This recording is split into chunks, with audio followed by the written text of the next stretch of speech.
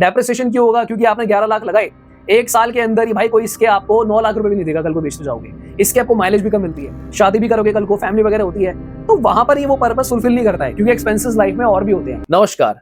सो दोस्तों, Tata Altroz racer already launch हो गई है और मुझे कुछ सीरियस ईमेल मेरे यूजर्स ने ड्रॉप करे कि हम बहुत हार्ड अर्न मनी, बहुत ही टफ मनी कमाया हुआ पैसा, क्या आप रेकमेंड करते हो कि आप एल्ट्रॉज रेसर खरीदोगे? तो ये वीडियो बेसिकली मेरा कोई प्लान था नहीं बनाने का, बट आई रियलाइज्ड कि ना चाहते हुए भी कुछ लोग हो सकता है इस कार में पैसा इन्वेस्ट करें। एंड ये वीडियो बेसिकली इस बारे में बिल्कुल नहीं है कि टाटा एल्ट्रॉज रेसर एक बेकार कार है। सो मैं चाहूंगा एक बार खरीदने से पहले, या फिर इवन अगर आप i20 N-Line इसकी तरफ भी जा रहे हो, इस वीडियो को जरूर एंड तक देखना, ताकि आप जो इन्वेस्टमेंट कर रहे हो वो at the end worth it हो। क्योंकि ना यूट्यूब पे बहुत वीडियोस मिल जाती हैं जहां पर लोग तारीफों के पुल बांधते हैं, और एग्जैक्टली होता क्या है उस सारे शोर शराबे में, जो एक्चुअल कार का यूज है जिसके लिए आप लेते हो, और बाद में वो यूज पर्पस फुलफिल नहीं होता, तो काफी दुख होता है। सो लेट्स अंडरस्टैंड कि टाटा एल्ट्रॉज रेसर है क्या। Basically it's a kind of car जो लुक्स से ही जस्टिफाई करती है, वो एक रेसिंग कार की तरह बनाई गई है। इवन अगर आप टाटा के यूट्यूब पे भी जाओगे, सो नारायण कार्तिकेयन जो एक I think Moto GP racer हैं, वो उनको एंडोर्स कर रहे हैं, ठीक है। So basically it helps you to speed up, भगाने के बहुत काम आती है। सो पहला पर्पस, अगर आप ये कार को ले रहे हो, क्या आपने जो कार खरीदनी थी भगाने के लिए लेनी थी? Because you need to make sure कि आप ये भी समझे कि जो कार ज्यादा भागती है उसका सिर्फ इंजन से ही गेम नहीं होता है, वहां पर फ्यूल कंजम्पशन भी बढ़ता है। सो आप माइलेज भी चाह रहे हो साथ में, या फिर नहीं चाह रहे हो? क्योंकि अगर आप ये सोच रहे हो कि एल्ट्रॉज रेसर लेके आप बहुत अच्छी माइलेज रिटर्न में ले पाओगे, तो ऐसा पहली बात तो नहीं होगा। दूसरा, कुछ लोगों को मैं क्लियर कर दूं, इस कार में जो इंजन है ऑलमोस्ट सेम नेक्सॉन वाली यूनिट लगी हुई है, तो जो ड्राइविंग डायनामिक्स आपको, या फिर जो प्लेजर इंजन का आता है, इंजन की नॉइस या फिर गियर शिफ्टिंग, डिले रिस्पॉन्स वगैरह, वाइब्रेशंस, इनफैक्ट वो सब आपको एग्जैक्टली वैसा सा ही मिलने वाला है, क्योंकि वो नेक्सॉन का इंजन है। हालांकि टाटा के अकॉर्डिंगली थोड़े से एनहांसमेंट करे गए हैं, बट इंजन आपको सेम ही मिलता है। सो 11 लाख रुपए लगाने से पहले दोस्तों आपको ये भी देखना होगा कि टाटा एल्ट्रॉज रेसर की जो ग्राउंड क्लियरेंस है वो काफी ज्यादा कम है, 165 mm की ग्राउंड क्लियरेंस। तो बहुत ज्यादा सोचना पड़ेगा आपको, क्योंकि आपने रिसेंटली रियलाइज करा होगा कि सारे के सारे लोग एसयूवीज खरीद रहे हैं। टॉप सेलर पंच रही काफी महीनों तक, अब इस बार स्विफ्ट आ गई है। अगर आपने मेरी कल वीडियो देखी हो टॉप 25 सेलिंग कार वाली, सो पंच लोग खरीद रहे हैं, ब्रेजा बिक रही है, नेक्सॉन बिक रही है। सो इन सारी कार्स में एक चीज बहुत खास है, इनकी ग्राउंड क्लियरेंस काफी अच्छी है। इनफैक्ट जैसे ही फ्रॉन्क्स आई, वो भी ताबड़तोड़ बिकनी शुरू हो गई है। तो यहाँ पर ground clearance is a major factor. अब दोस्तों, जो एल्ट्रॉज रेसर का कंपटीशन है जिसके कंपैरिजन में वीडियो चल रही है, वो जाती है i20 N-Line। उसकी प्राइसिंग भी आसपास 11 लाख रुपए पड़ रही है आपको ऑन रोड। तो इनफैक्ट उन लोगों के लिए भी ये वीडियो है, क्योंकि सेम पैरामीटर वहां भी एप्लीकेबल होंगे, ग्राउंड क्लियरेंस उसकी भी कम है, राइट। और इनफैक्ट वहां पर भी आप माइलेज एक्सपेक्ट नहीं कर सकते। तीसरी चीज, जो इस कार की लुक है ना, यहाँ पर जिस तरह की ओवरऑल कार की लुक आती है, आपके सारे फैमिली मेंबर्स इसको अप्रिशिएट नहीं करेंगे। अगर तो आप एक सोलो डिसीजन मेकर हो, अपनी चॉइस से ले रहे हो, और आप भगाने के लिए ही ले रहे हो, और आप तैयार हो 11 लाख रुपए लगाने के लिए, तो एक बार को आप बिल्कुल ले सकते हो। कार में कुछ भी कमी नहीं है, जो मैं आपको कमियां बता रहा हूँ वो मेन कमियां हैं। और वो कमियां शायद इसलिए क्योंकि यार देखो, ग्राउंड क्लियरेंस नहीं है क्योंकि हैचबैक है, सिंपल सी बात है।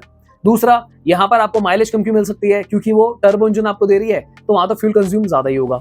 पर एक बात मैं आपको बता दूं, अगर आप इसकी पावर को कंपेयर करते हो i20 N-Line या फिर एल्ट्रॉज रेसर की, तो आप लोगों ने दोस्तों ये क्यों नहीं सोचा कि आप लोग वेन्यू या सोनेट टर्बो ले लो यार। अगर आप वेन्यू टर्बो लेते हो तो आपको एडवांटेज ये हो जाता है, यहाँ पे आपको एसयूवी मिल रही है, सेम प्राइस में एग्जीक्यूटिव वेरिएंट आता है वेन्यू का। वहां पर एटलीस्ट आपको बूट स्पेस और ग्राउंड क्लियरेंस ज्यादा मिल जाती है, कैबिन स्पेस बड़ा हो जाएगा, आपकी कार हैचबैक से एक लेवल अप पे एसयूवी चली जाएगी। और अगर आप ये कार्स लेते भी हो ना, रेसर या फिर N-Line, आपको सबसे बड़ी दिक्कत दोस्तों आने वाली है कार की रीसेल वैल्यू में। हालांकि ये पॉइंट छेड़ना सही नहीं है, क्योंकि कई लोगों को लगता है कि यार हम नई कार जब खरीदते हैं तो बेचने के लिए थोड़ी लेते हैं, पर कुछ यूजर्स हमारे ऐसे भी हैं, व्यूअर्स, जो ये जानना चाहते हैं फैक्टर, क्योंकि ये काम करेगा यहाँ पे। हर बंदा थोड़ी नहीं सेकंड हैंड कार खरीदना चाहेगा एल्ट्रॉज रेसर। आप जो 11 लाख की कार लोगे, आप इसको मुश्किल से 7-8 लाख की भी नहीं बेच पाओगे दोस्तों। ये i20 N-Line के साथ भी होगा। सबसे वर्स्ट रीसेल वैल्यू मिलती है आपको ऐसे वेरिएंट्स या कार्स की जो जनरल लोगों के काम नहीं आती है। इसी वजह से ब्रेजा की रीसेल वैल्यू, क्रेटा की रीसेल वैल्यू काफी ज्यादा बेहतरीन है दोस्तों। उसका रीजन ये हो जाता है क्योंकि ये जनरल यूजर भी कर सकता है। मैं इनफैक्ट आपको एग्जैक्टली ये भी कहना चाह रहा हूं, अगर आपका हार्ड अर्न मनी है तो आप इस तरह से उसको व्यर्थ ना करो। आप नेक्सॉन ले लो यार, नेक्सॉन में आपको ग्राउंड क्लियरेंस मिल रही है, बूट स्पेस मिल रहा है यार, सेम कंपनी मिल रही है। I am not trying to divert you, I am just trying to make you understand कि पैसा डूबने से कैसे बचाएं। देखो, आप अगर नेक्सॉन लेते हो उसमें आपको ज्यादा एडवांटेज है, इंजन तो सेम मिल ही रहा है आपको, बूट स्पेस भी अच्छा है, कार का स्पेस भी ज्यादा अच्छा हो जाता है। अगर कोई मेरे से एक्चुअली पूछे पर्सनली क्या भाई कि आप लेना चाहोगे i20 N-Line या फिर Tata Altroz racer, so it's a clear cut no. मैं 11 लाख रुपए किस खुशी में लगाऊंगा यार हैचबैक पे, क्या नीड है।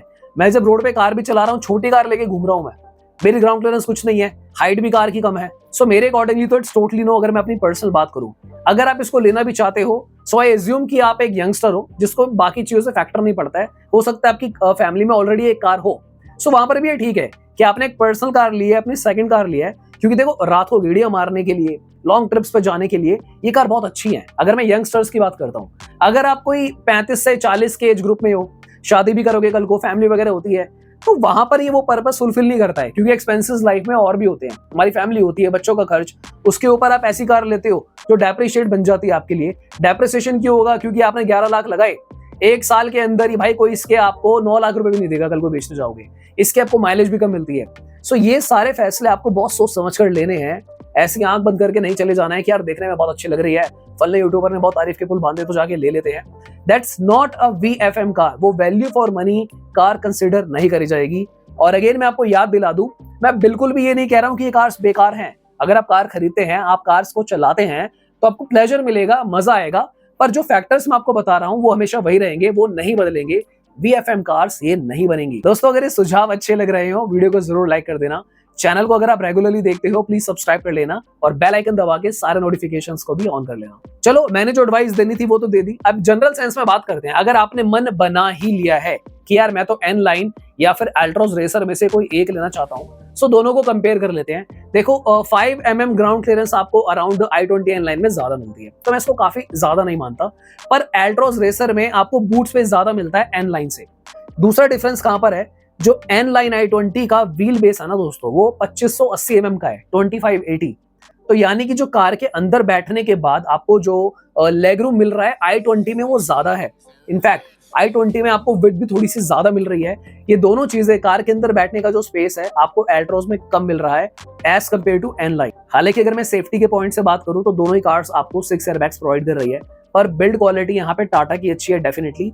और आपको i20 N-Line में ग्लोबल NCAP 5 स्टार नहीं आ रहे हैं, पर एल्ट्रोज में आपको 5 स्टार मिल जाते हैं। अगर मैं बात करूं आफ्टर सेल्स एंड सर्विस की, तो Hyundai की कस्टमर सर्विस बेटर है एज कम्पेयर टू टाटा। ये फीडबैक हमें आप लोगों के रिव्यूज से मिलते हैं, कमेंट से मिलते हैं, हम टाइमली अपने चैनल पे पोल्स भी करते हैं। सो डेफिनेटली चैनल को सब्सक्राइब करना ताकि आप लोगों को पता रहे। सो अगर आप एक अच्छा कस्टमर सर्विस एक्सपीरियंस चाहते हैं तो वहां पर आपको Hyundai की तरफ जाना होगा। पर अगर आप अपने आप को सेफ देखना चाहते हैं, क्योंकि कार में सेफ्टी ज्यादा है, कार भी आप वो ले रहे हो जो ज्यादा भागती है, ज्यादा पावर प्रोड्यूस करती है, तो उस केस में सेफ्टी पॉइंट ऑफ व्यू से आपको टाटा एल्ट्रोज रेसर की तरफ जाना होगा। अगर मैं कार के लुक्स की बात करूं, अगर आपको बिल्कुल रेसर पॉइंट ऑफ व्यू से कार लेनी है, सो looks wise Tata Altroz racer ज्यादा स्पोर्टी लगती है, क्योंकि उसका जो एक्सटीरियर है, जो कलर कॉम्बिनेशन आता है, जिसपे लाइनिंग स्ट्रिप वगैरह आती है, वो टोटली आपको वही वाइब देती है जिसमें आपकी कह सकते हो एक तरह की प्री कस्टमाइजेशन के साथ आती है। इनफैक्ट कार के अंदर के इंटीरियर्स भी काफी ज्यादा स्पोर्टी वाइब लेकर आते हैं। N-Line की अपनी अलग लुक है, अपना अलग स्वैग है, पर बाहर से देखने में वो कई बार थोड़ी सी नॉर्मल कार ही नजर आती है। तो एक बार वापस मैं आना चाहूंगा अब वेन्यू टर्बो के ऊपर, क्योंकि यहाँ पे इन्होंने भी अराउंड 11 लाख में अपना एग्जीक्यूटिव वेरिएंट लॉन्च करा था, जहां पे आपको सारे फीचर्स मिल जाते हैं, इंफोटेनमेंट सिस्टम मिल जाता है, टर्बो इंजन मिलता है आपको, और ये सेम ही टर्बो इंजन है जो आपको वेन्यू N-Line में मिलता है। इन तीनों कार्स में सेम ही पावर प्रोड्यूस करी जाती है। अब मैंने ज्यादा सोनेट पे इसलिए पुश नहीं करा दोस्तों, क्योंकि मुझे पर्सनली सोनेट की बिल्ड थोड़ी सी हल्की लगती है as compare to Venue. Venue Australian NCAP से 4 स्टार लेकर आ चुकी है, पर यहाँ पर अभी तक हालांकि सोनेट का टेस्ट नहीं हुआ है। मे भी हो सकता है जब टेस्ट हो तो अच्छी रैंकिंग ले आए, but still Sonet is also an option. अगर सेफ्टी के अलावा आप लुक्स या फिर कार की इंजन की पावर या फिर इंजन स्मूथनेस, इन चीजों को ज्यादा महत्व देते हो, तो वहां पे सोनेट भी कोई बुरा ऑप्शन नहीं है। अब एक चीज मैं आपको बताना चाहूंगा, काफी लोग कंफ्यूज हो रहे होंगे जब मैंने रीसेल वाली चीज की बात करी कि यार टर्बो इंजन की तो रीसेल थोड़ी सी कम है, जैसा मैंने कहा, तो उस केस में क्या हमारे पास चॉइस है? हमें तो भगानी है, पर हमको हैचबैक काइंड ऑफ कार ही चाहिए। तो यहाँ पर आपके लिए एक ऑप्शन है दोस्तों, फ्रॉन्क्स टर्बो। अगर आप फ्रॉन्क्स टर्बो लेते हो तो वहां पर आपको रीसेल फैक्टर भी मिलता है, और फ्रॉन्क्स की बिल्ड क्वालिटी भी काफी इंप्रूव्ड है। हालांकि टेस्ट अभी फ्रॉन्क्स का भी नहीं हुआ है, बट मैंने उसको कई बार चेक करा है, उसकी बॉडी काफी अच्छी है। और मैं बिल्कुल भी आपको कन्वे नहीं कर रहा हूं कि आप टाटा एल्ट्रोज रेसर से ध्यान हटाकर कोई और ब्रांड की कार ले लो, क्योंकि मैं आपको ऑलरेडी कह चुका हूं, आप अगर चाहो तो आप नेक्सॉन भी ले सकते हो, वो भी काफी अच्छी कार है। तो अगर मैं वीडियो को समराइज करूं, आपको अपनी नीड्स को जरूर समझना है इस कार का बुकिंग अमाउंट देने से पहले, क्योंकि आपको ये जानना है कि जब आप कार लेते हैं आपके फैमिली मेंबर्स भी उस डिसीजन में शामिल होते हैं। सो एक बार देखिए आपके फाइनेंसेस कि आपको mileage wise, value for money wise, car की resale wise ground clearance wise, boot space, जो भी चीजें हमने इस वीडियो में डिस्कस करी हैं कि आपकी सारी रिक्वायरमेंट्स को वो कार फुलफिल कर रही है। अगर वो फुलफिल कर रही है तो आंख बंद करके आप इन तीनों में से कोई भी कार ले सकते हैं, क्योंकि एट द एंड कोई भी कार बुरी नहीं होती है, बस हमें अपनी नीड्स देखनी होती है।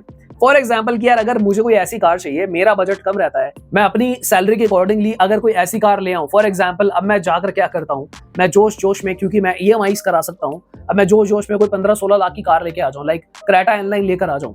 पर मुझे इतनी खासा नीड नहीं थी, बस मुझे लुक्स अच्छी लग गई थी और मैं क्रेटा इनलाइन की हवा में खो गया था। अब मुझे वो ना माइलेज दे पा रही है ढंग से, वो कार भी ओवर साइज है, शायद मेरा काम हैचबैक से हो जाता या फिर कॉम्पैक्ट SUV से हो जाता। सो ऐसे फैसले नहीं लेने हैं आपको जस्ट बिकॉज लुक्स और भावनाओं में आके नहीं बहना है, सोच समझ के फैसला लेना है। सो आज की वीडियो के लिए इतना ही दोस्तों। मेरा नाम है हिमांशु, आप देख रहे थे टर्बो वर्सेस GT।